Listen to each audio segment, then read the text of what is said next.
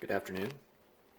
I wanted to do a short video on some of the best flat Earth books. I already did one on some of the best flat Earth online research or online resources. This is material put out there by serious flat earthers, not controlled opposition, not disinformation. And this is a follow up of some book resources. Now, a lot of these are actually pretty old books, going back to some of them to the 1800s. And then we have one modern one. This one is, I believe, out of these six, the most recent. This is Edward Hendry's book, The Greatest Lie on Earth. Hendry is a Christian lawyer. And so this book actually references, I think, all of the other five of these, as well as taking into account a lot of the work of modern day flat earthers and their experiments and stuff. Really, for the Bible believing Christian, and I have read this book completely, for the Bible believing Christian, this is a fantastic resource. Hendry does get off on a couple little rabbit trails about some Christian doctrines and stuff, which can be a little distracting, but all in all, this is the definitive work right here. You will not be able to read this book and come away believing that we live on a spinning globe. His work is just that detailed and that conclusive. We'll talk about this book in a little more detail here. I would really like to start off with this one by Rowbotham. So let me just say, out of these six books, I have completely read Hendry's. I'm actually in the process of reading this one by Gleason. And Alex Gleason, this is the same guy who brought us Gleason's map of the world. And then the rest of them I've at least skimmed and kind of picked through and, looked at some of the topics that they talk about and some of the materials. I am familiar with Rowbotham's work because I've watched a lot of videos outlining and detailing his exceedingly detailed curvature experiments, which just show conclusively that we see too far for us to live on a globe. And then Rowbotham's work is outlined in great detail in Hendry. So I am familiar with this, but I have not completely read this book from beginning to end. But I would like to read the back because it gives a little bit of context here. So let me just read this out loud. Samuel Burley Rowbotham advances the flat Earth theory, which holds that Earth is not in fact an oblate spheroid planet, but an enclosed plane above which the astronomical bodies are situated. Apologies, I forgot that I will be presenting this on a computer, so let me just reorient here. This premium edition contains all of Rowbotham's original graphs, charts, and drawings. This book originally began as a short pamphlet in the 1840s, explaining the basics of the theory with a few sketches alongside. Rowbotham was already a known inventor and author at the time. Over time, the theories of zetetic astronomy, in which the Earth is portrayed as flat, became popular. Eventually, in 1881, the author greatly expanded and published this book, in part to meet demands of public and scientific scrutiny. Keen to let the hypothesis stand on its own merits, this book was first published under the pseudonym of Parallax. Upon the pages are many experiments and demonstrations, all of which are conducted in support of the Earth being flat, with the astronomical bodies situated above rather than all around it. Most of these are framed with illustrations and diagrams that the reader better understand Rowbotham's explanations. Various chapters concern such topics as motion of the heavenly bodies, sunrises, sunsets, the tidal movements, and the actual distances of the sun and moon from the Earth. Samuel Rowbotham was fiercely in favor of his theory and asked many leading astronomers and scientists of his day to disprove it. One success of his public challenges was that it exposed many in the scientific community to be angry, and poor at coping with a man with a well-argued and contrary hypothesis. Aware of these indignant sensitivities, Rowbotham was vociferous in disputing the prevailing order. Today, Zetetic astronomy, both as a book and a movement, lives on.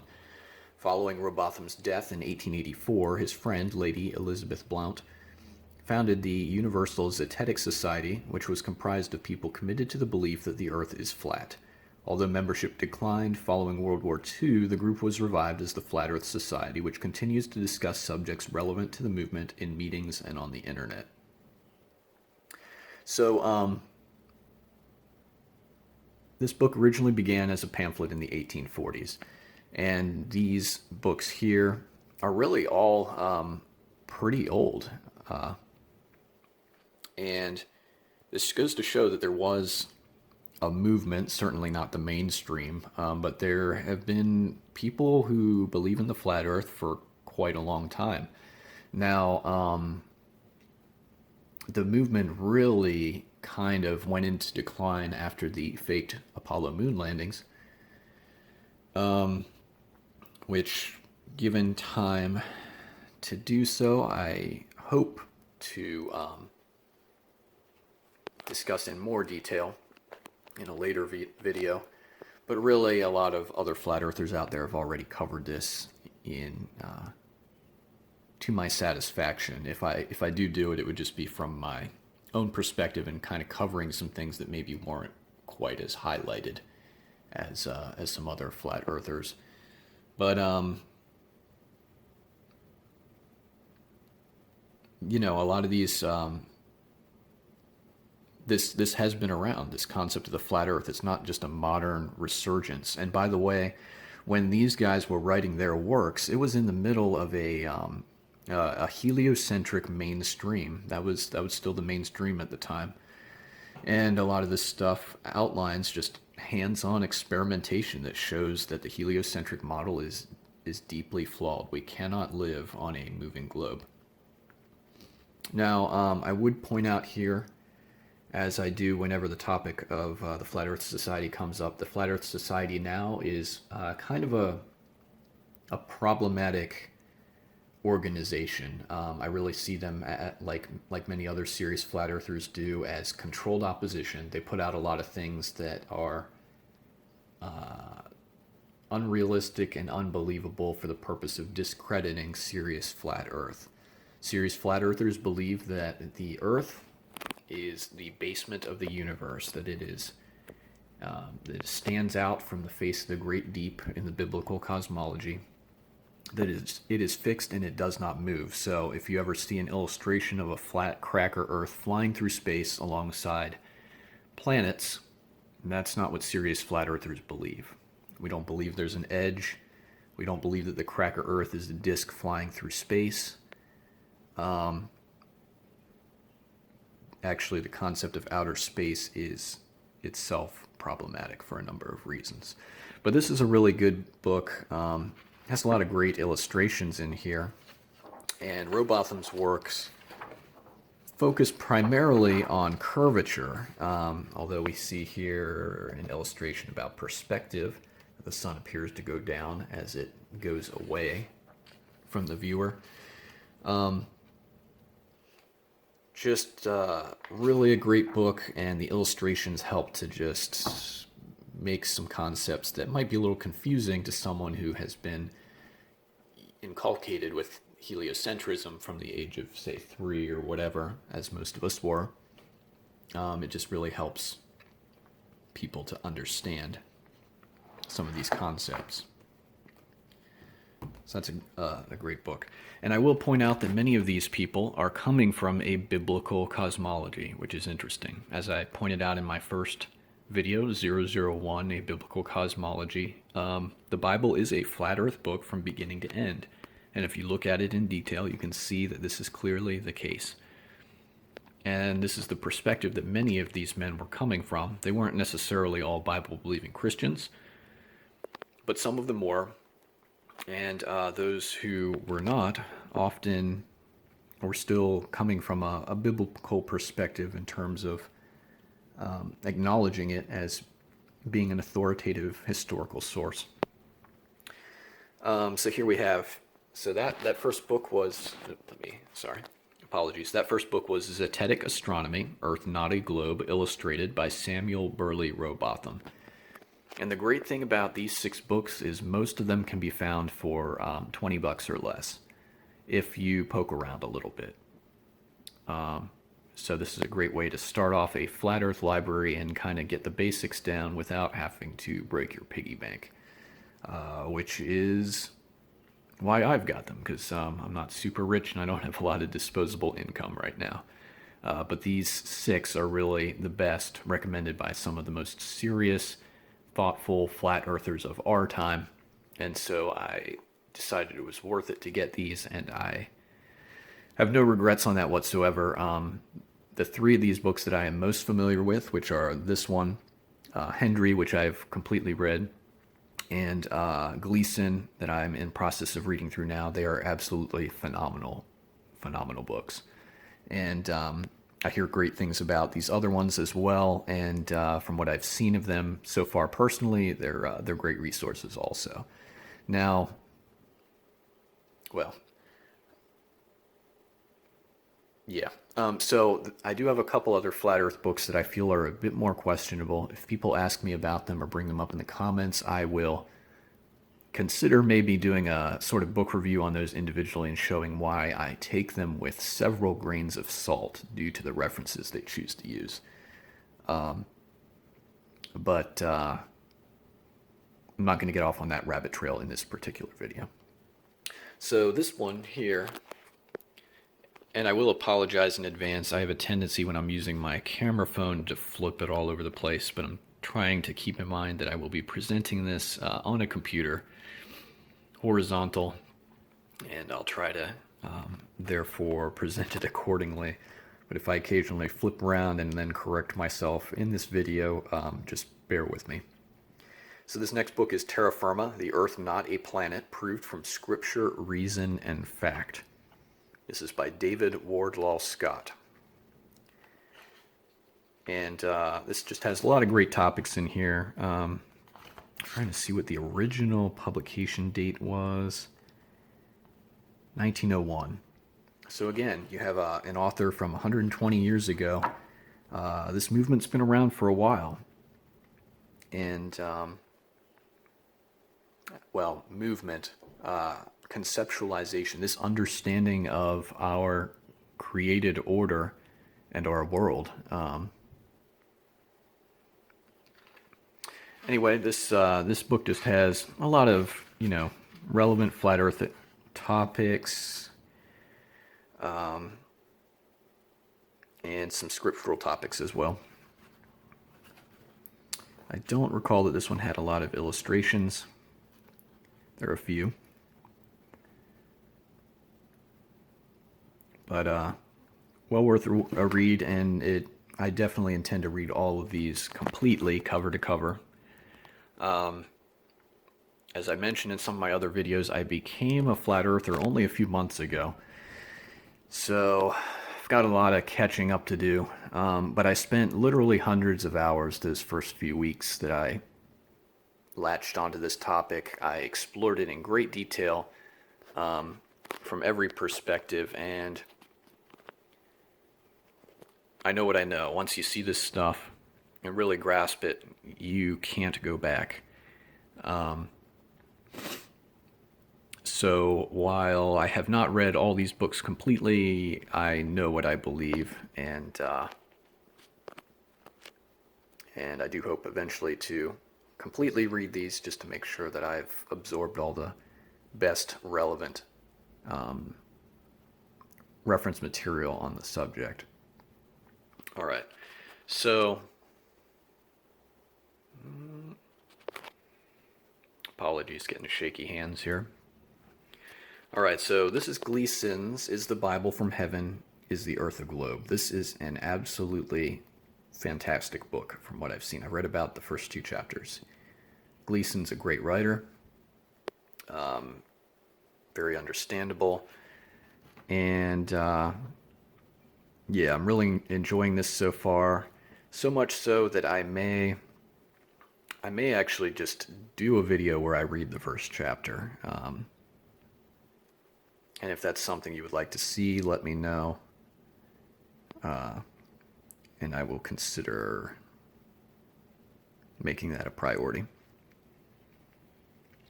Copyright 1890 by Alex Gleason. And out of all these books, I would recommend firstly this one. If you only can buy one Flat Earth book, get Hendry's book. And then my number 2 here so far is Gleason's. He's just a great writer. Then we've got Zetetic Cosmogony, or conclusive evidence that the world is not a rotating, revolving globe, but a stationary plane circle. Let's see when this one was written.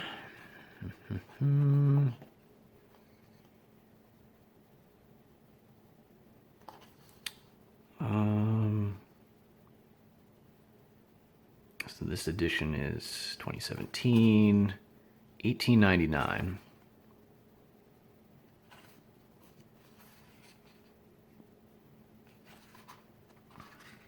And what sections I've pulled out of this so far have been very useful.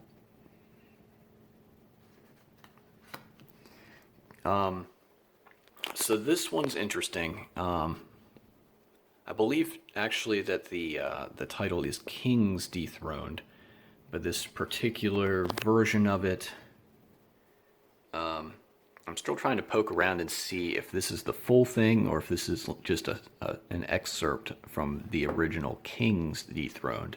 You're going to want to search for this under Kings Dethroned, plural, Kings. So I'm not entirely sure if I have the entire complete work here by Gerard Hickson or not. But this is just a great book, and I've really enjoyed reading some snippets out of here so far. It's very well illustrated. And this is just talking about the preconceived assumption and preconceived notions and assumptions that modern scientism is based on, and how that all kinds of errors have kind of crept in. And modern scientism is kind of like this monolithic thing. It's really a package deal made up of all kinds of different ideas crammed in there. Kind of like evolutionism is a package deal, really. So the idea that evolution is a topic that I've personally studied in great detail. I've taken college courses on it at secular universities. I've had a lot of material from a Christian apologetics perspective that I've looked at concerning evolution. So evolution's a package deal in that the idea that organisms, life forms, change over time, that's something easily demonstrated. Obviously, I am different from either of my parents, so something has changed. How and to what extent things change is really the entire crux of the issue and the debate surrounding evolution. And so evolution's a package deal that has all kinds of things built in. Vast eons of time, the idea that human beings evolved from animals. And, so there's good stuff in there that does make sense and is observable, but then there's a lot of almost philosophical things that are beyond the scope of science, that are just taken to be true, but really they're dogma. They've never been conclusively proven. And this book kind of does the same thing with what we know about astronomy. There are assumptions built into our modern consensus system of scientism and our understanding of the world around us.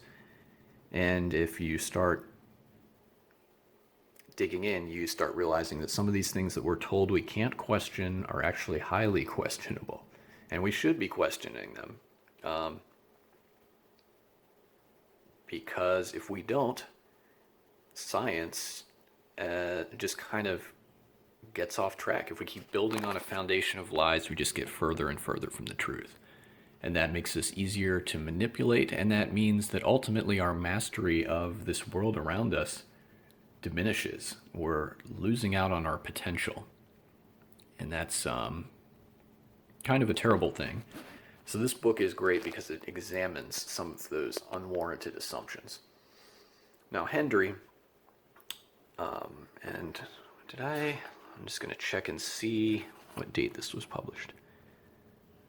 If I can find that info.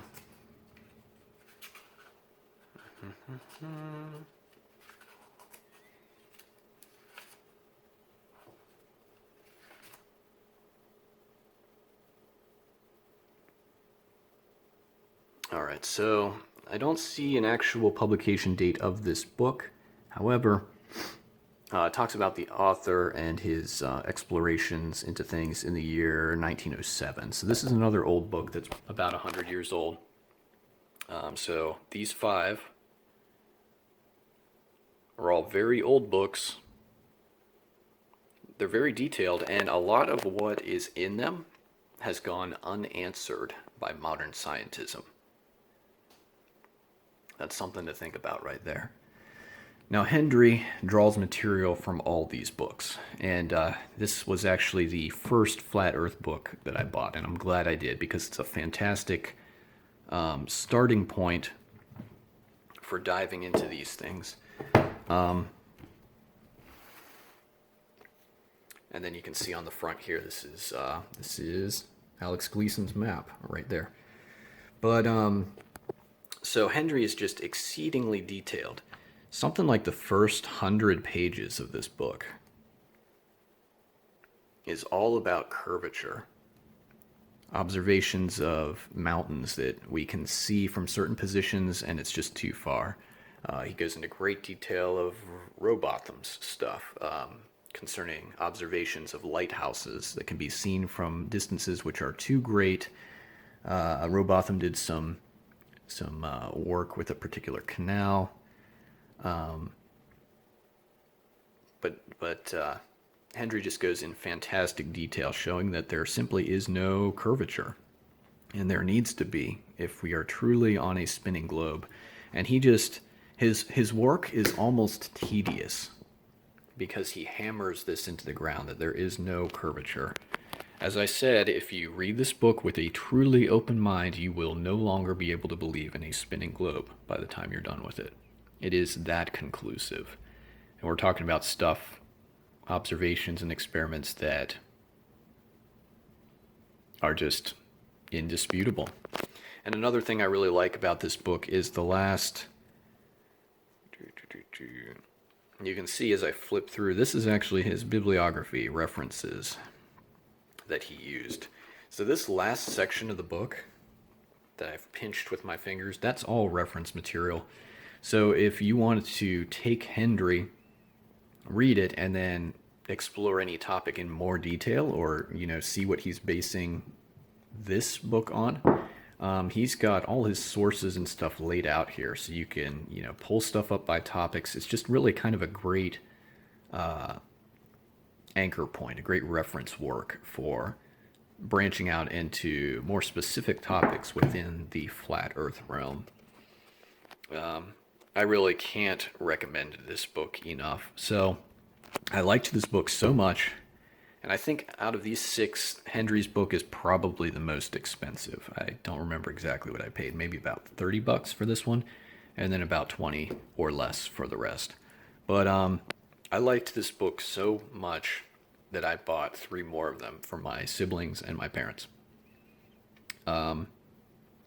Now, as I said, there are some sections where he gets into some specifics, some rabbit trails, basically, some specifics of Christian doctrine, and some other things that I think, well, I'm just going to say I don't agree with him 100% on everything he presents, but, and those things were peripheral to the flat earth stuff and a little distracting, so I kind of wish he had kept those for another book. But the core of this work is absolutely fantastic, and I can't recommend this book enough. So if you're on a budget and you can only afford one flat earth book this year, get this one because it's a great summary of the works of many, many other serious flat earthers. And it just has a ton of references, including internet references, that you'll be able to then branch out from this and really start doing your own investigations into flat Earth and, seeing what's out there. Let me just say that in my own flat Earth journey, so to speak, I came across. Sorry, my really losing it with my hands here. I came across material that I couldn't explain away, and so I spent hundreds of hours looking into this stuff for myself. And the approach that I took was every time I watched a flat Earth video and came up with a question or any question that I just thought of off the top of my head from my starting understanding of science and how the world works, I just wrote these all down in a huge list. And I'm a very inquisitive person. I have a lot of questions. And I just continued on and on and on, digging and digging and digging until I had answered all those questions to my satisfaction. And the answers are out there. If you really want to get a grasp of this, you're going to have to do some work to do so. But in the meantime, this one book, out of all the books I've read so far and looked at, it's the best starting point. So definitely check it out. So thank you for watching this video. I hope that it has been useful to you.